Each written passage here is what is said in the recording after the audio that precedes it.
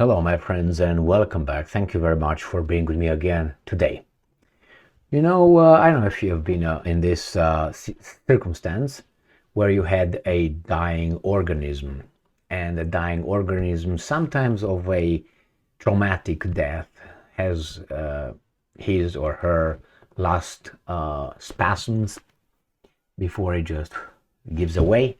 Well, I think that is Avdiivka. Avdiivka is a town in Donetsk Oblast, and the Russians almost encircled it.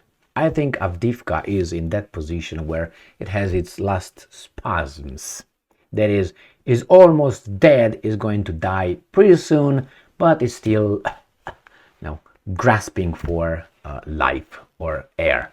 So I have an article coming from the Ukrainians telling us exactly that, based on Estonian intelligence. So it is not the Russians saying that, it is the Estonian saying what the Russians actually are planning to do, which are, I'm going to show you the map, almost there. I think the whole thing is dead. I'm not going to say it again. The New Voice of Ukraine, 2 hours ago today, on the 17th of November 2023.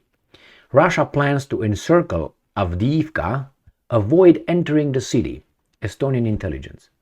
Of course, why do you want to go in a guerrilla war, or at least in, how do you call it, urban warfare, when you can just encircle it and the guys will come out when they will run out of water and anything else they have over there. So this is Ukraine. Avdiivka is right here. Right here. The only road that brings stuff in, and even that is under current constant bombardment by the Russians, is this road right here. So the Estonian intelligence claims that the Russians don't want to enter the city, they just want to encircle it. Wouldn't it make sense? I think it makes sense. So what happened here? Russian airspace forces shot down a Ukrainian MiG-29 fighter aircraft. So far in there by the Krasnomayesk.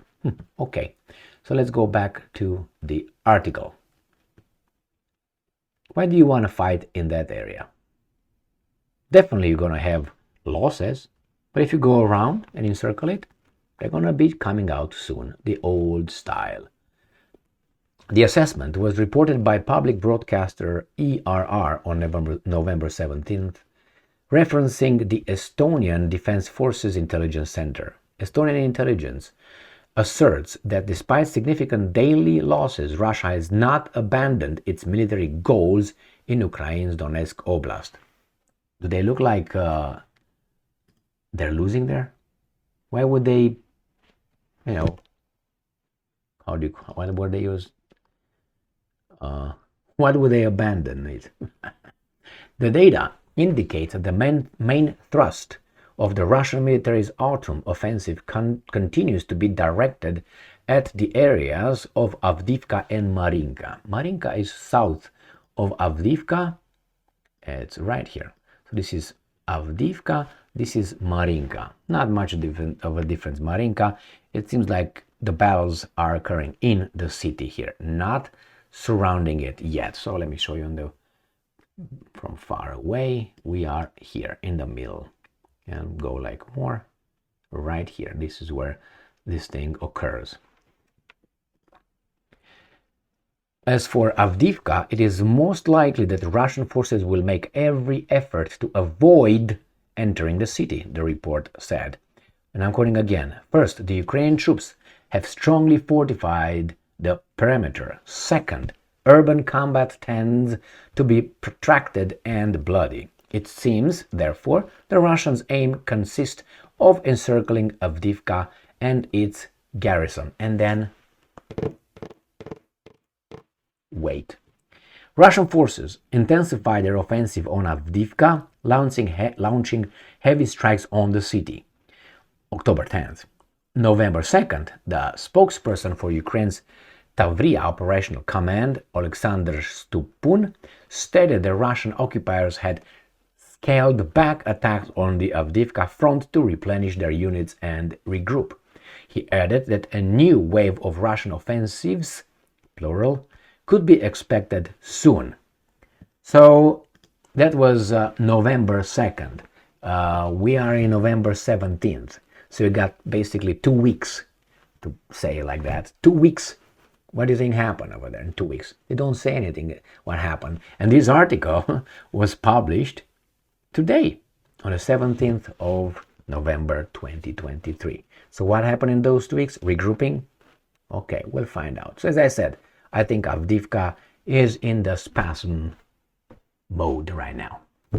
And what would you do? Would you go into the city and have more losses than necessary on both sides? Like this, you encircle it. And then I said, wait. Thank you very much for being with me again today. This comes from the Estonians. It's not something like a genius or something. But the fact that these guys are saying it, that means it's almost there. They did the same thing with Mariupol. They did the same thing with Soledar. They did the same thing with Bakhmut. The same spiel.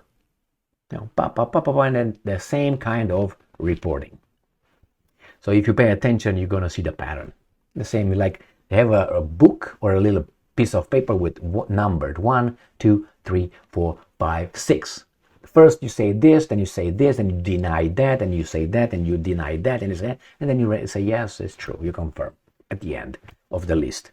But by that time, these are about, let's say, if there are 20 points, this is maybe point 19. That 20 will be, and Avdiivka falls. But probably it fell a week ago.